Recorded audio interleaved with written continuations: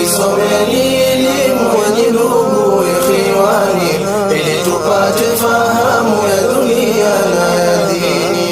Elimu ni jambo bora ndugu zangu, nawaambia kila mwenye na busara hati kujisomea. Elimu ni jambo bora ndugu zangu, nawaambia kila mwenye na busara hati kujisomea. Kila mwenye na busara hati kujisomea, akaepuka hasara ya dini na ya dunia. Tuisomeni